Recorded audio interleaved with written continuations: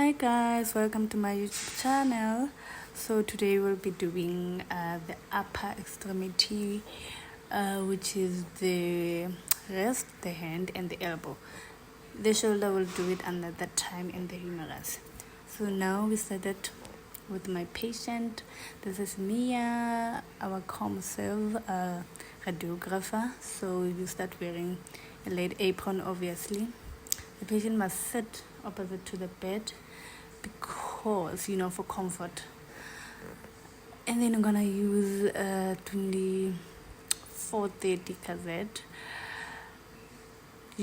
As always, before you start, check your distance. For outbackie, which is like using a cassette, is 110 when the anatomy measurements are less than 10 centimeter, but when it's more, it's gonna be in backie, which is 115, and if it's a chest, most 180. So yeah, I was wearing my scrub and my theater cap that I designed. So yeah guys, my tripod was giving a problem. So now when you start, you have to start with your preparations. You put on your marker, you put on your collimation. So now we're gonna start with hand. So yeah, there's the anatomy, the phalanges and the metatarsal. So now you have to your fingers need to be separated, your phalanges need to be separated, and your marker, the right one, because it's a right hand, at the top of, like this one for the left. So this is an x-ray that you see there's what is this, the metatarsal. You see there's couples. So now we're gonna do the this, I hope you understand, we're gonna do the oblique. Also, you have to spread out your fingers and do it as if like the patient is holding a pen, but your fingers must not be superimposed. Put on your marker again. The collimation need to include what needs to be included. So now this is when I was using a sponge.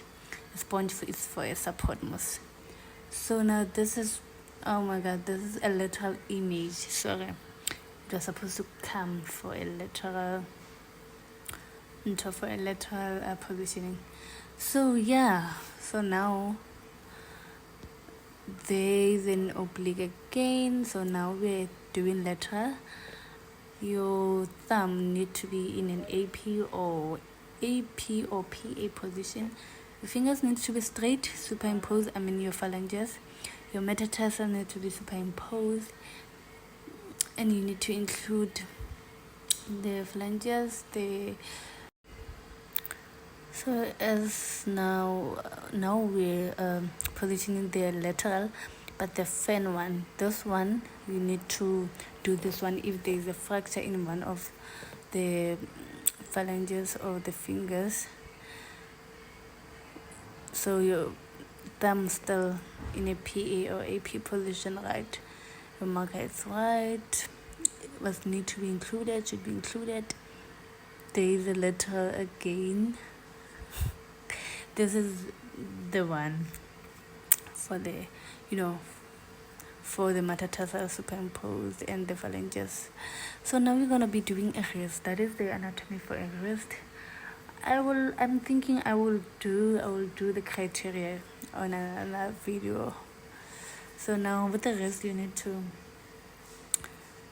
make a fist, especially an AP wrist, and then yeah, I forgot what it helped with, but yeah. So there is the anatomy.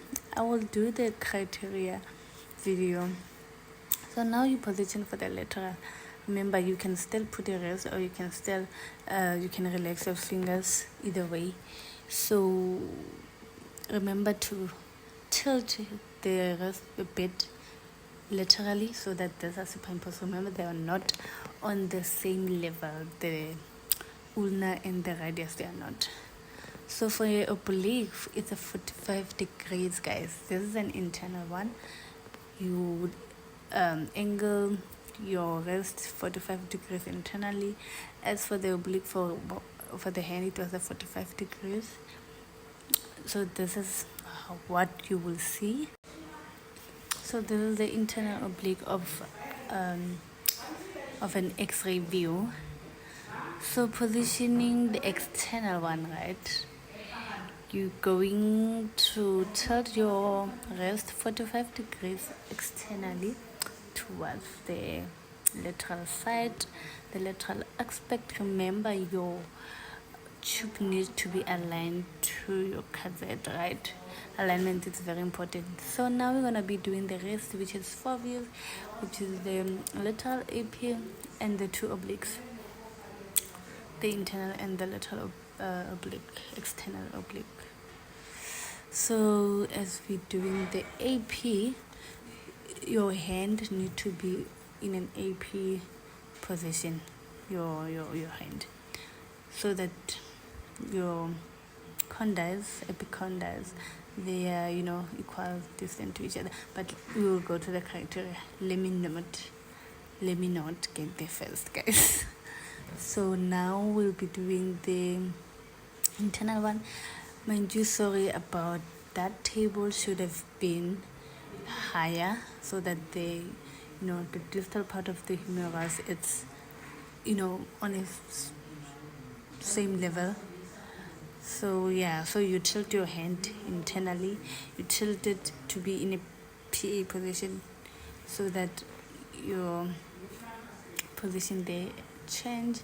So now this is the external elbow, oblique elbow. You take your hand movement outward. So here the only thing that is done is the hand movement. Very important, the hand movement. So also for the lateral, please, the table needs to be higher, so that just that here I couldn't do it because my tripod was gonna fall, guys. So please, same level, so that the condyles they are nicely superimposed. And then your hand is very important also for a lateral. It needs to be in a lateral position. You will know with extra views of the elbow, you will see the reason how, if you turn your hand, it's it's changing everything. So now we are doing the forearm sharp. Forearm, we must include the elbow and the wrist. So it's basically the same position of the wrist and the elbow. It's just that you're gonna position both of the APs of the wrist and the elbow in one cassette. So you get a bigger cassette, which is a 35 by 43. You ask your patient, the bed was a bit low, but yeah, please make your bed to go higher, so your hand will be supine. Do I say supine? No, your hand will be in an AP position. It must be in a true AP. Your elbow must be in a true AP, and this is how it will look. That's what you must get. And then for a lateral, we're gonna change the cassette, because you can if you want, but if you don't want, if your forearm fits in that cassette, in that landscape, it's fine. But portrait is always nice. So also here you see there you have a lateral wrist and a true lateral elbow. So that's what you get on an X-ray. So that's it, guys, for today. Thank you very much. I've been waiting to do this